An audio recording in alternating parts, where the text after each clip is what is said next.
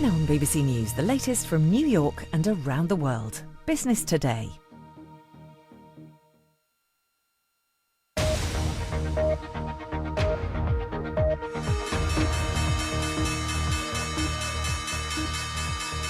Live from New York at the opening bell, this is Business Today. US shares open flat after Monday's rally, but they're still close to record highs with positive forecasts from General Motors and Coca-Cola keeping investors bullish.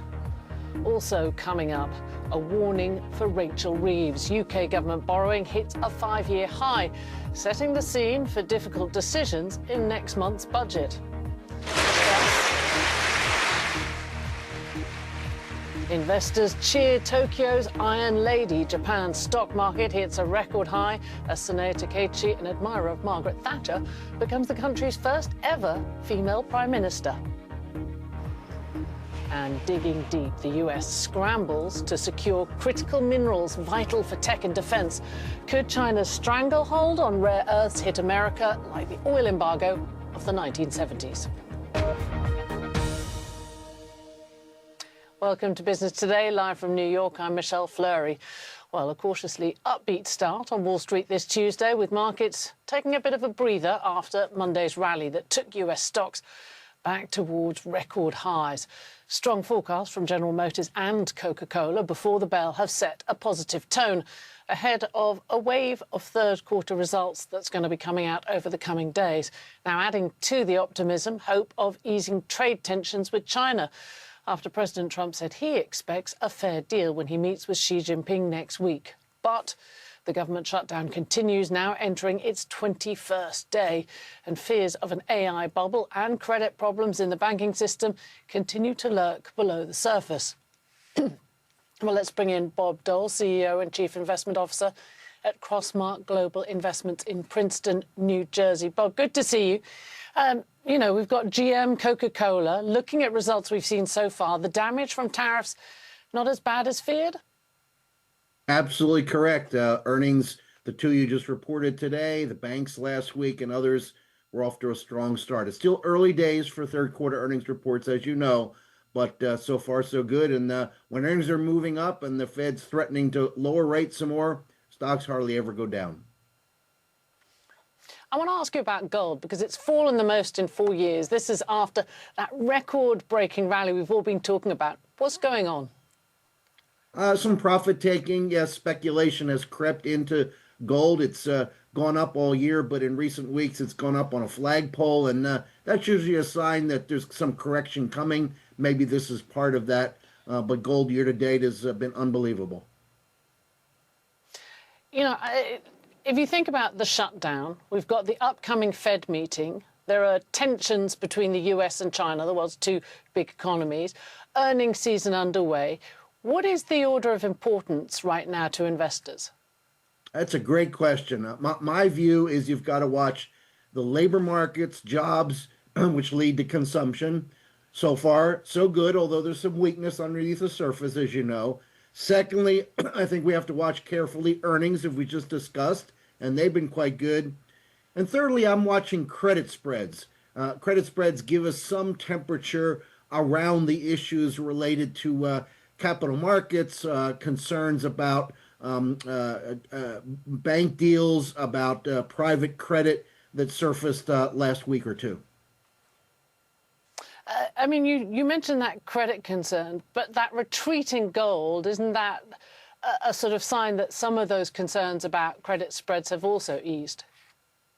Yes, I would not disagree at all, which is constructive for the long-term move in this bull market, but could cause the speculation to creep over into other risk assets, notably equities. Bob, great to get your thoughts on that. Bob Dole at Crossmark Global Investments. Thank you. Now to the UK, where government borrowing in September has hit its highest level for that month in 5 years. The government had to borrow more than £20 billion to bridge the gap between public spending and tax income, an increase of £1.6 billion compared with September 2024. The shortfall means difficult decisions for Chancellor of the Exchequer, Rachel Reeves, in her budget next month, when there will be pressure to raise taxes or cut spending or both, as economist George Brown from Schroders explains. Government borrowing is about 20 billion for the month of September, so that's a 5-year high. That was largely as expected. And but if we take a sort of look at where we are in the middle of the fiscal year now, we're 6 months into it. If we look at public borrowing, it's running about 7 billion higher than was expected. And if we strip out investment and look at day-to-day spending, which is what really matters for the Chancellor, that's running at 13 billion higher than the Office for Budget Responsibility, that's the government's watchdog, was expecting. Now, to be fair to the Chancellor, that's not something she's got a huge amount of control over it, because central government spending has actually been largely as expected. What has been driving the deterioration is with local government and state corporations. But even though the Chancellor hasn't been able to control that so much, it will mean that she's going to have to take corrective action in the upcoming budget.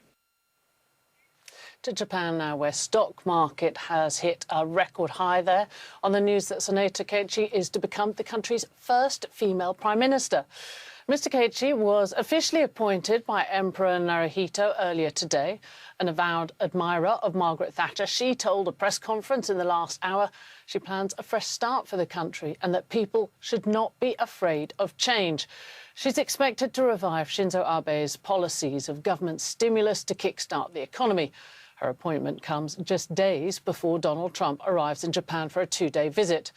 We've been speaking to Jesper Kohl, economist and director at the Monex Group in Tokyo, about why investors are welcoming her victory. It will be a minority government, but her economic policies are largely dictated by the bureaucracy.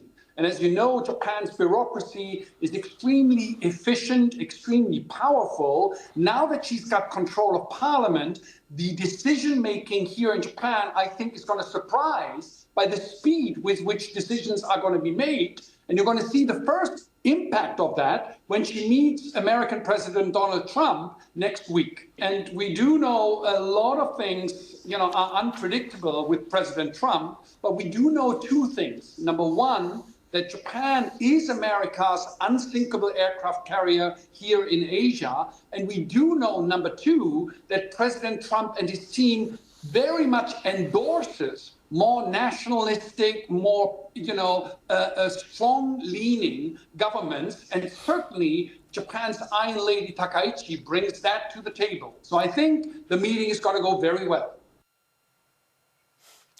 Well, turning to shares in Australian mineral firms, they have surged before giving back those gains. This, of course, after the country signed a deal to supply rare earths and critical minerals to the United States. The multi-billion-dollar deal was signed during a visit by Australian PM Anthony Albanese to the White House on Monday. It's part of a drive by the US to loosen China's stranglehold on a range of minerals that are critical to the tech and defence industries. The leverage China now has over the US via critical minerals has been compared to the oil embargo by Gulf states in the 1970s. That's a concern that's being raised by researchers at Harvard and Columbia, writing in Foreign Affairs magazine. They say Chinese dominance over the supply chain for clean energy technologies proves that US energy independence is a myth. Well, one of those authors, Professor Jason Bordoff, who is a former special assistant to President Barack Obama and now at Columbia University, joins me now. Good to see you. We're watching two big moves right now on the global energy chessboard. China, of course, pulling back rare earth shipments critical to the US, but also we've got Russia ramping up oil exports despite heavy sanctions. Are we watching energy becoming a full-blown geopolitical weapon? I think we're seeing a return to that reality. Of course, the history of energy is one where energy has always been used for military and economic strength and as a tool of coercion and statecraft. World War I, World War II, the Suez Canal crisis, the Arab oil embargo is really the last 20 or 30 years, which were the exception. Relative calm, relatively copacetic geopolitics, flat electricity demand in advanced economies. The shale revolution brought unprecedented supply that kept markets in check. All of those forces are being thrown into reverse today. And a world of more economic fragmentation, more geopolitical competition, and a number of trends in the energy sector itself, which is showing signs of more concentration of supply, more electrification, which creates some of these supply chain risks, creates conditions that I fear might be more ripe for energy to be used as a weapon, with Russia invading Ukraine and cutting off most of the gas to Europe, sort of just being the start. So, Jason, I mean, given that fragmentation you've just described and all the other factors, one response we have seen from the Trump administration has been to take open-ended stakes in rare earth companies. What do you make of that? You know, it's not without risk, to be sure, and it's not just the Trump administration. You saw the Biden administration creating incentives to build a semiconductor capability in the U.S. In this world of competition, great power rivalry, U.S.-China tensions, economic fragmentation, the solution many countries are going to turn to is to try to build more domestic manufacturing capability, maybe friendshore and work with allies like the critical minerals deal between the U.S. and Australia. And to achieve that, necessarily is going to require a more active role for the state in private enterprise. You see things like taking equity stakes or price floors or subsidies for domestic manufacturing. There's a direction in which that could be helpful, but there's risks involved with that. I mean, you see this return to state capitalism. What else should countries like the US or its allies be doing then to protect themselves against what you see as this kind of economic pressure?